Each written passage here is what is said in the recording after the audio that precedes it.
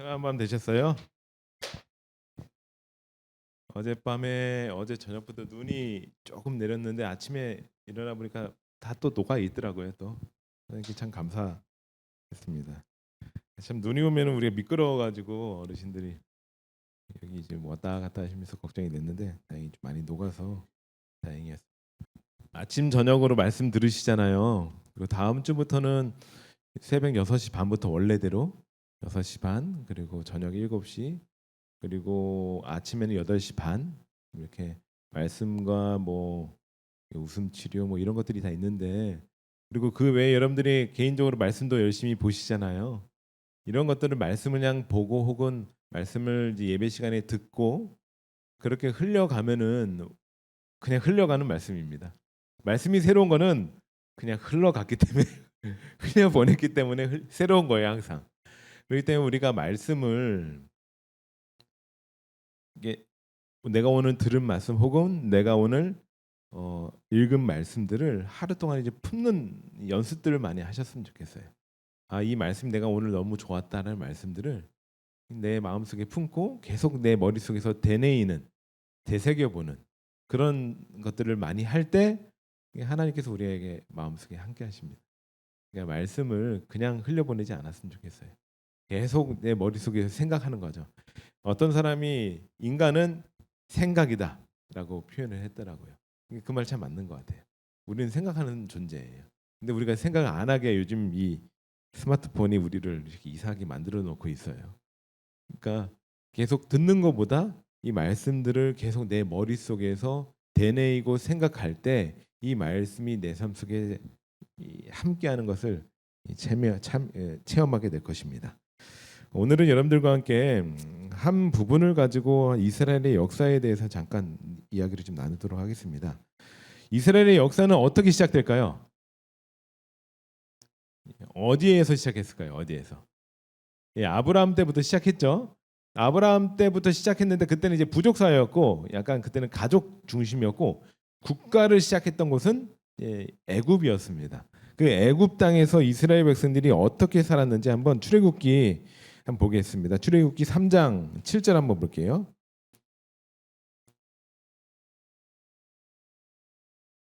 출애굽기 3장 7절, 8절 이렇게 보도록 하겠습니다. 출애굽기 3장 7절, 8절입니다.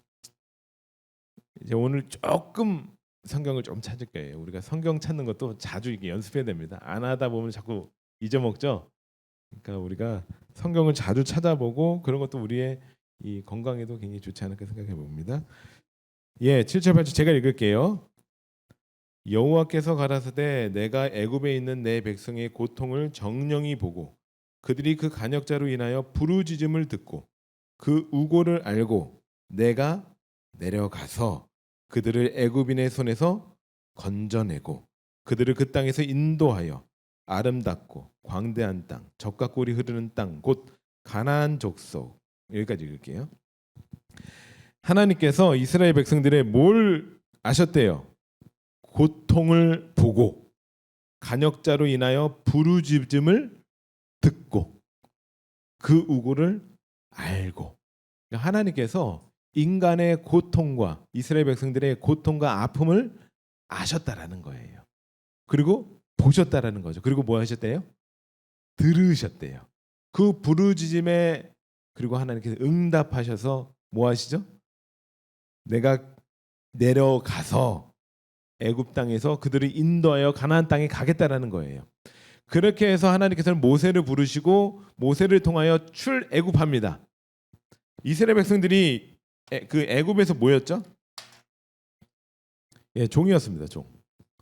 근데 그들의 뭘 들으셨어요? 하나님께서 고통을 울부짖음을 들으셨어요. 그리고 그들을 뭐 하신 거예요? 그 다음에 출애굽하는 거예요. 종이었던 그들의 고통을 들으시고 그들의 울부짖음에 반응하셔서 뭐 하시는 거예요? 출애굽하는 거죠. 그리고 이스라엘의 국가가 형성이 됩니다. 그리고 하나님께서는 국가를 형성시킬 때 첫 번째 뭘 만드셨을까요? 뭘? 그것이 하나님과의 언약입니다. 언약. 출애굽기 20장에 가면은 가나안 땅 그 광야에 들어가기 전에 하나님께서 언약을 세우세요. 언약. 이 언약에는 우리가 그 남녀가 결혼할 때 뭐 해요? 뭐라 그러죠? 혼약하죠. 약속이잖아요, 약속. 이제는 우리가 남남이 아니고 부부로서 하나가 되는 약속을 하는 것이 혼약이에요. 그리고 우리가 집을 살 때도 뭘 붙었어요? 계약을 하죠. 이 집은 더 이상 이제는 내 집이 아니, 이제는 그 전에 내 집이 아닌데 이제는 이 집이 내 집이다. 계약을 하잖아요. 그것처럼 하나님께서 종이었던 그들을 이제는 너희들이 하나님의 백성이야라고 말하면서 뭘 하시냐면은 언약을 세우세요. 언약. 그 언약의 두 종류가 바로 하나님을 사랑하고 이웃을 뭐하라? 사랑하라. 하나님의 사랑을 받고 하나님과의 충만한 이 사랑의 관계를 누리고 그 사랑을 가지고 뭐하라? 이웃들을 뭐하라? 사랑하라는 것이 언약의 조항들이었어요. 너희들은 하나님의 백성으로 이제는 이렇게 살아야 돼라고 말씀하셨습니다. 근데 그러한 내용들을 출애굽기 21장부터 23장까지 보면은 그런 내용들이 좀 자세히 써 있어요. 그러니까 20장에는 이것이 간단하게 써 있다면은 그 내용들을 자세히 우리 이 땅에서 실현시킬 수 있는 내용들에 관한 이야기가 출애굽기 21장부터 23장까지 기록되어 있습니다. 그러니까 하나님의 사랑을 충만히 누린 백성들이 이 땅에서 어떻게 이웃들에게 나의 삶을 나타내는지에 대해서 써 있는 책이 바로 출애굽기 21장부터 23장까지입니다. 근데 거기 21장부터 23장까지를 쭉 이렇게 보면은요. 공통되는 이야기들이 좀 있어요. 그 공통되는 이야기들을 한번 보겠습니다. 그 이야기는 바로 하나님의 백성으로 예전에는 종이었어요. 근데 이제는 하나님의 백성으로 마땅히 이 땅에서 살아야 될 바로 하나님의 이 언약의 조항들이에요. 마땅히 지켜야 할 것들이에요. 우리가 계약서 쓸 때 그 계약이 뭐예요? 마땅히 이것을 지켜야 하는 것들이잖아요. 그렇죠? 그것처럼 우리에게도 그런 조항들이 있었습니다. 우리 한번 보겠습니다. 출애굽기 22장 볼게요. 출애굽기 22장입니다. 22장에 보면은 21절부터 한번 볼까요? 출애굽기 22장 21절부터 이렇게 보면은요. 제가 읽을게요. 너는 이방 나그네를 압제하지 말며 그들을 학대하지 말라. 너희도 애굽 땅에서 나그네이었음이니라. 너는 과부나 고아를 해롭게 하지 말라. 내가 만일 그들을 해롭게 함으로 그들이 내게 부르짖으면 내가 반드시 그 부르짖음을 들을지라. 이스라엘 백성들이 어떻게 시작했죠? 종이었던 그들의 고통을 누가 들으신 거예요? 하나님께서 들으신 거예요. 근데 너희들이 만약에 나그네나 고통당하는 자나 과부나 고아를 해롭게 하면은 그들의 고통을 듣고 내가 너희를 뭐 하겠다? 심판하겠다라는 이야기. 그러니까 반드시 너희들은 어떻게 살아라? 이방 나그네나 그리고 나그네나 과부나 고아나 이 땅에 아픔과 고통 있는 자들을 모아라. 반드시 그들을 사랑하라는 거예요. 그들의 고통을 모아라는 거예요. 들으라는 거예요. 하나님의 사랑을 받고 이웃의 사랑을 반드시 모아라. 나타내라. 이것이 하나님의 이 언약의 조항들이었어요. 또 보겠습니다. 26절 한번 볼게요. 22장 26절. 내가 만일 이웃의 옷을 전당 잤거든, 담보 잤거든, 해가 지기 전에 그에게 돌려 보내라. 이거 참 하나님 굉장히 세밀하신 분이에요. 진짜 세밀하신 분이에요. 그러니까 어떤 사람이 나에게 돈을 껐는데 담보를 잡는데 이 사람이 담보 잡을 것도 없어요. 그러니까 뭘 담보로 잡았어요? 겉옷을 담보로 잡았어요. 근데 저녁에는 뭐하라? 돌려주라는 거예요. 왜 그러죠? 덮고 자야 돼. 이 사람 덮고 잘 거 이거밖에 없으니까. 그러니까 하나님 진짜 세밀하신 분이에요. 세밀한 분이에요. 돌려주라는 거죠. 또 하나 볼까요? 23장 6절 볼게요. 23장 6절. 23장 6절에 보니까 너는 가난한 자의 송사고 공평치 않게 하지 말며. 그러니까 재판할 때 재판관이 딱 봤을 때 부자면은 우리도 그렇잖아요. 요즘 이 시대도 그렇잖아요. 힘 있고 권력 있고 있는 자들은 형벌이 조금 어떻게 돼요? 약해져요. 근데 돈 없고 가난한 자들의 형벌은 강하죠.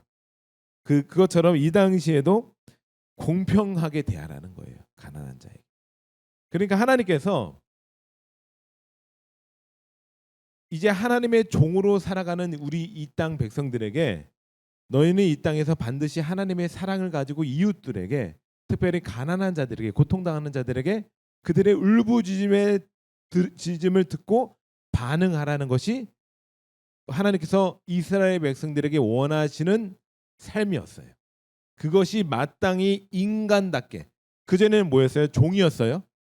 그전에는 종이었는데 이제는 인간답게 하나님의 백성답게 살 수 있는 방법이었다는 것입니다. 우리는 어떻게 살고 계십니까? 제가 이 말씀들을 보면서 제 삶에 이게 내가 앞으로 이렇게 살아야겠다. 이 모티브가 된 말씀들이었습니다. 아픔과 고통 있는 자들과 함께하자. 그들의 울부짖음을 그냥 넘어가지 않고 반응하자. 제가 그렇게 결심을 하고 살아가고 있지만은 저의 삶도 때로는 그렇게 살고 있지 않는 모습을 보게 됩니다. 우리 요양원 이제 여기 이름이 살렘 힐링 센터라고 하죠. 우리가 힐링이란 말은 치유예요. 치유. 우리가 치유받기 위해서는 어떻게 해야 될까요? 예. 우리가 좀 이제 힐링 센터 혹은 요양원 뭐 되게 많아요. 우리 교회 안에서 운영하는 곳이 되게 많습니다. 대부분 뭐 하러 가는 거죠? 치유받기 위해서 서비스 받으러 가요. 거기에. 그렇지 않아요? 예. 거기에 요양원에서 준비한 좋은 프로그램에 내가 참여하는 거예요. 근데 가장 좋은 요양 프로그램은 봉사하는 겁니다. 예. 하나님께서 이런 조항을 만드신 이유가 있어요. 자아 희생의 법칙이 곧 자아 보존의 법칙이다. 그러니까 내가 나를 희생하고 다른 일을 위해서 살아갈 때 그것이 오히려 나를 뭐 하는 거예요? 지켜주는 거예요. 우리의 삶 속에서 여러분들이 내 여기 이웃, 옆에 있는 동료, 혹은 옆방에 사시는 분, 그들을 위해 그들의 아픔과 고통을 내가 듣고 그들을 도와줄 때 내 병이 오히려 회복되는 경험을 꼭 하시기 바랍니다. 이게 하나님께서 우리에게 주신 법칙이에요. 네, 법칙이에요. 이렇게 살아갈 때 우리가 건강해질 수 있다는 거예요. 육신의 건강도뿐만 아니라 이 정신의 건강. 네. 우리 정신의 건강에서 대부분의 병은 시작되는 거거든요. 그래서 우리가 하나님의 언약의 법칙대로 우리가 살아갈 때 이 하나님의 정말 치유하심을 경험하시는 저와 여러분들이 되기를 간절히 원합니다. 하나님께서 이렇게 이스라엘 백성들에게 언약의 조항을 만들어 놓으셨어요. 근데 이스라엘 백성들이 이렇게 살았을까요? 안 살았어요. 이렇게 살지 않았습니다. 한번 보겠습니다. 우리 열왕기 상 한번 볼게요. 열왕기 상 9장 보겠습니다. 9장 15절 한번 보겠습니다. 열왕기 상 9장 15절 구약성경 529페이지 혹은 528페이지 뭐 이렇게 있을 겁니다. 예, 열왕기 상 9장 15절입니다. 열왕기 상 9장 15절. 예, 사무엘 상하, 사사기, 룻기, 사무엘 상하, 열왕기 상하 뭐 이렇게 있습니다. 역대기 전 이렇게 있어요. 사무엘, 사사기, 룻기, 사무엘 상하, 그다음에 열왕기 상이 있습니다. 제가 한번 읽어볼게요. 뭐 놓쳐주신 분은 그냥 들으시면 됩니다. 9장 15절이에요. 솔로몬 왕이 역군을 일으킨 까닭은 여호와의 전과 자기 궁과 밀로와 예루살렘 성과 하솔과 무깃도와 게셀을 건축하려 하였습니다. 솔로몬 왕이 뭐한 사람이에요? 하나님의 성전을 건축한 사람이에요. 예, 이스라엘의 3대 왕입니다. 근데 여기 보니까 하나님의 성전을 짓는데 뭘 했대요? 저는 이 말이 굉장히 제 마음에 걸렸습니다. 솔로몬 왕이 뭘 일으켰대요? 역군을 일으킨 까닭은 여호와의 정과 자기 궁과 건축하게 하려 함이니라. 역군이란 말은 이 강제 노역자입니다. 강제 노역자예요. 솔로몬 왕이 하나님의 성전 아름다운 자기가 예배를 드릴 하나님의 성전을 건축하기 위해서 뭘 만들었냐면은 뭘 했냐면은 역군을 곧 강제 노역을 시켰다라는 거예요. 강제 노역. 이상하죠. 그 땅의 나그네와 아픔 있는 자들, 고통당하는 자들, 가난한 자들에 대해서 그들을 마땅히 보호해야 할 하나님의 이 언약의 조항대로 살아야 될 이 왕이 역군을 일으켰대요. 자신만의 예배를 위해서. 여기서부터 솔로몬 성전은 저는 잘못됐다고 생각합니다. 예. 근데 여기 보면은 또 뭐 무기또라는 말이 제가 한번 찾아봤더니 이게 예, 고고학적으로 마국간이 발견됐대요. 솔로몬 개인의 마국간이 발견됐답니다. 아무튼 개인의 아름다운 사생활과 이 모든 것들을 위해서 역군을 일으켰다라는 것입니다. 또 하나 보겠습니다. 우리 솔로몬이 어떻게 살았는지. 왜냐하면 왕을 볼 때 그 땅의 백성들도 우리가 알 수 있어요. 리더를 볼 때 그 리더에게 속한 이 사람들을 우리가 알 수 있는 것처럼 10장 보겠습니다. 열왕기상 10장 14절입니다. 14절에 보니까요.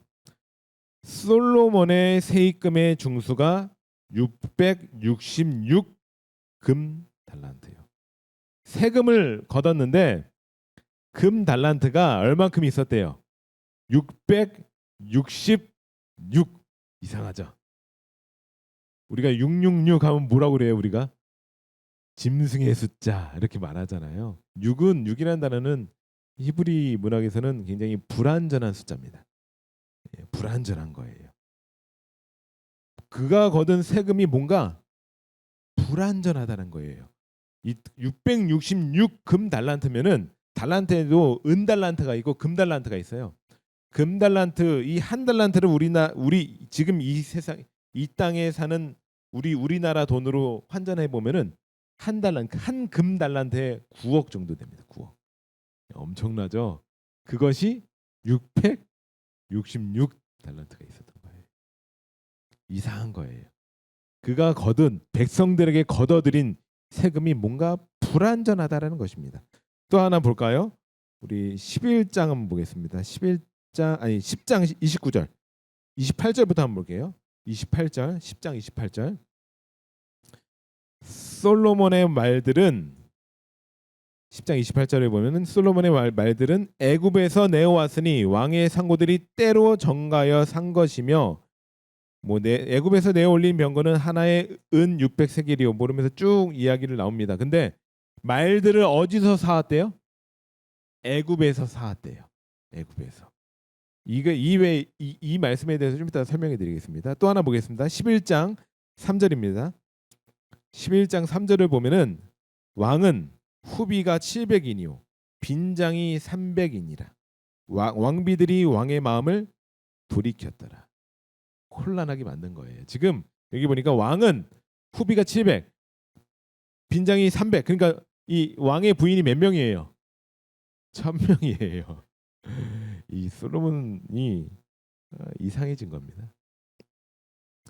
그의 부인이 1000명이나 됐던 거예요. 그러니까 왕비들의 솔로몬의 마음을 흔들어 놓은 거예요. 흔들어 놓은 거예요. 하나님께서 이렇게 살기 원했을까요? 원하지 않았죠. 하나님께서 왕을 세우실 때 왕이 마땅히 하지 말아야 될 것까지 하나님께서 만들어 놓으셨어요. 그걸 한번 찾아보겠습니다. 우리 신명기 17장 한번 볼까요? 신명기 17장. 왕이 하지 말아야 될 조항들이 있었는데 그 17장 16절 한번 볼게요. 16절 17절. 솔로몬이 정말 이걸 지켰는지 한번 보겠습니다. 지금 아까 봤던 말씀들을 기억하면서 아까 봤던 말씀들에 뭐가 있었냐면은 666달란트를 세금을 걷었고 또 뭐가 있었죠? 애굽에 가서 뭘 했죠? 말을 사러 갔어요. 신명기 17장 16절 17절입니다. 신명기 창세기, 출애굽기, 레위기, 민수기, 신명기 있는데 17장 16절 17절. 다시 정리하면은 세금을 걷어냈고 666달란트 그리고 뭐 했죠? 애굽에 말 사러 갔고 왕비가 몇 명 있었어요? 1000명 있었고 역군을 일으켜 가지고 성전을 지었어요. 근데 여기 보겠습니다. 16절. 왕된 자는 신명기 17장 16절입니다. 왕된 자는 말을 많이 두지 말 것이요. 말을 많이 얻으려고 그 백성을 애굽으로 돌아가게 말 것이니 뭐해서 근데 솔로몬이 말 사러 어디 갔어요? 애굽에 갔어요. 근데 하나님이 뭐 하지 말라 그랬어요? 가지 말라 그랬어요. 애굽에 더 이상 가지 말라는 거예요. 애굽에 더 이상 미련을 두지 말라는 거예요. 근데 가는 겁니다.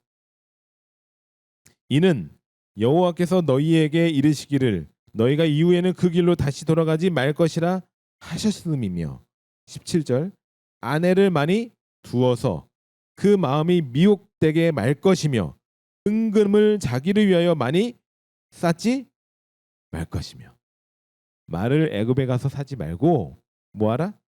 아내를 많이 두지 말고 은금을 자기를 위해서 쌓아두지 말라. 근데 이 세 가지를 다 뭐 했어요? 솔로몬이 어기는 거예요.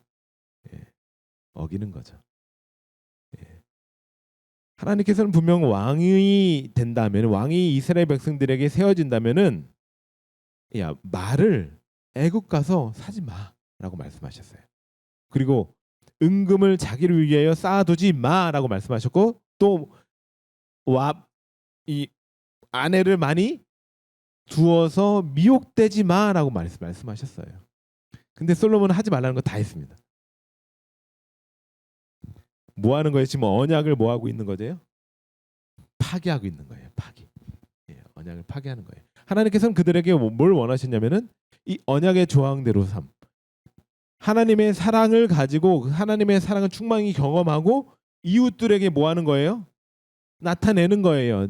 특별히 가난한 자, 고아와 과부 이 땅에 있는 이 소외된 자들을 위해서 살아가는 것이 하나님께서 우리에게 원하시는 삶이었어요. 근데 이 솔로몬은 처음부터 뭔가 잘못했습니다. 성전을 짓는데 역군, 곧 강제 노역을 시켰다는 거예요. 근데 그들이 원래 뭐였어요? 애굽에서 강제 노역자였어요. 그랬는데 솔로몬이 그 길을 똑같이 밟고 있는 거예요. 애굽이 했던 그 짓을 똑같이 하고 있는 거예요. 그리고 하나님께서 하지 말라는 것들 뭐 한 거예요? 다 한 겁니다. 금 달란트를 666달란트로 두고 애굽에 말 사러 가고 아내를 많이 두고 이거 언약을 파괴하는 겁니다. 그러니까 하나님께서 어떻게 하셨을까요? 다시 뭐로 만들었을까요? 종으로 만드시는 거예요. 다시 뭐하라? 그때의 삶을 뭐하라? 기억하라는 거예요. 다시 네가 종이 되어서 내가 너를 어떻게 출애굽시키고 내가 너의 울부짖음을 어떻게 들었는지 다시 뭐하라는 거죠? 생각하고 기억해 보라는 거예요. 그래서 바벨론을 일으켜서 다시 뭘 시키는 거예요? 종살이 시키는 거죠. 이게 이스라엘의 역사입니다. 내일 이스라엘 역사 그 이유에 대해서 좀 더 이야기를 나눌 건데 아무튼 하나님께서는 종이었던 그들의 고통을 들으시고 출애굽시키시고 그들과 언약 관계를 맺으시면서 인간다운 삶을 살기 원하셨어요. 근데 우리는 이 이스라엘 백성들은 이 언약의 조항을 뭐 한 거예요? 파기시킨 거예요. 그러니까 하나님께서는 다시 그들을 깨닫게 하기 위해서 뭐 한 거죠? 다시 종살이를 시키는 겁니다. 종살이를 시키는 거예요. 우리도 이렇게 될 수 있을까요? 우리는 죄의 종입니다. 죄의 종에서 울부짖는 우리를 하나님께서는 들으시고 우리를 출세상하셨어요. 우리가 이 세상에서 출세해야 된다 그러잖아요. 그 출세가 아니고 나오는 세상, 출세상하게 하셨어요. 그리고 하나님께서 우리와 언약을 맺으셨습니다. 근데 우리가 이렇게 이웃들에게 하나님의 사랑을 나타내고 있는가요? 하나님께서는 우리에게 자아 희생의 법칙이 자아 보존의 법칙이라고 말씀하셨습니다. 하나님께서 우리에게 이 땅에 있는 아픔과 고통 있는 자들의 울부짖음을 우리를 통하여 듣게 하기 원하셨어요.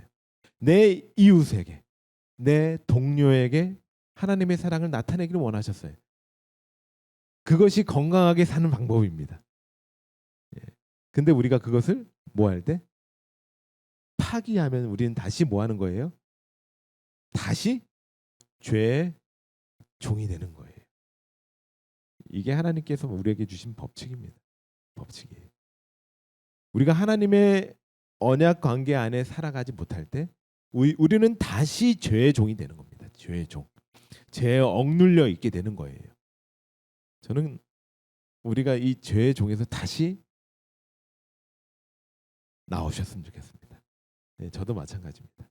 이 죄의 종에서 다시 출애굽했으면 좋겠습니다. 출세상했으면 좋겠어요. 그래서 다시 우리가 언약을 맺고 그 언약 안에서 살아갔으면 좋겠습니다. 예수님이 이렇게 사셨을까요? 예수님이 이렇게 사셨죠. 예수님께서 이 땅에 오셔서 그의 사명을 처음 발표하실 때 성령이 그에게 이제 임하면은 뭐 한다 그러죠? 가난한 자에게 뭐하러 이 땅에 오셨대요? 자유하게 하기로 오셨대요. 눈먼 자에게 다시 보게 하게 하기 위해서 이 땅에 오셨대요. 억눌린 자에게 자유함을 주기 위해서 이 땅에 오셨대요. 우리가 죄에 가난해지고 죄에 대해서 억눌려 있는 우리에게 하나님께서 우리를 해방시키러 이 땅에 오셨다라는 거예요. 그리고 특별히 하나님께서 예수님께서는 이 땅에 아픔과 고통 있는 자들과 특별히 함께 하셨어요. 그것이 인간다운 삶이라는 것입니다. 우리가 그렇게 살길 간절히 원합니다. 제가 좋아하는 그 사자성어가 있습니다. 화강동진이라는 말입니다. 화강광동진. 이게 노자의 사장 뭐 도덕경에 있는 말인데 노자 도덕경 사장에 있는 건데 거기에 보면 화기강 동기진이란 말이 있어요. 화광이란 말은 이 활 화자와 이 광자 빛날 광자죠. 그러니까 빛을 뭐 하라는 거예요?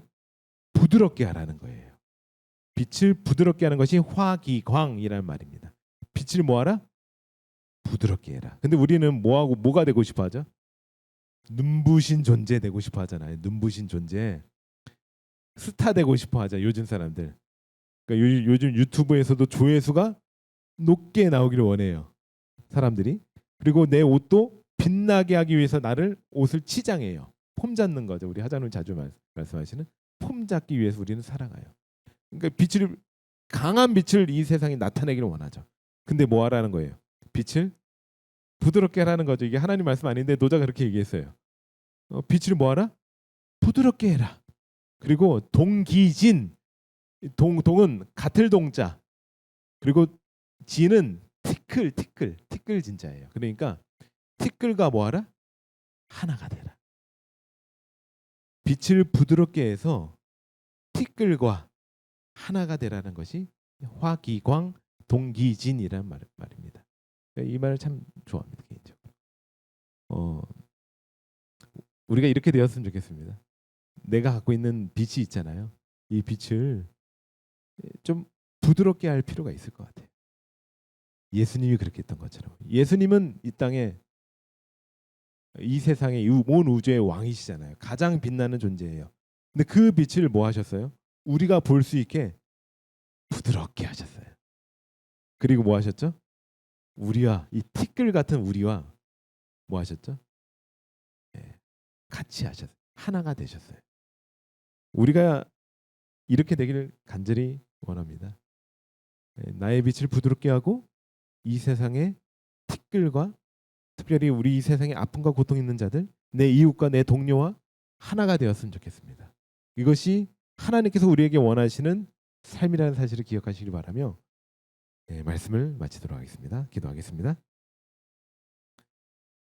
하늘에 계신 아버지, 우리는 자꾸 내 빛을 강하게 하려고 합니다. 다른 이들을 나의 인생을 위해서 이용하고 그들을 밟고 넘어가려고 하고 그들에게 내 빛을 강하게 비치려고 노력합니다. 하나님의 말씀을 전하는 우리 모두에게도 그렇게 그런 모습이 자주 나오는 저를 자주 보게 됩니다. 근데 그게 아니라 나의 빛을 좀 부드럽게 하여 낮아져서 티끌과 하나가 될 수 있는 이 세상에 아픔과 고통 있는 자들 내 이웃과 하나가 될 수 있는 우리 모두가 되게 하나님 도와주시옵소서. 오늘도 그렇게 살아가게 하나님 함께 하시길 바라며 예수님 이름으로 기도했습니다. 아멘.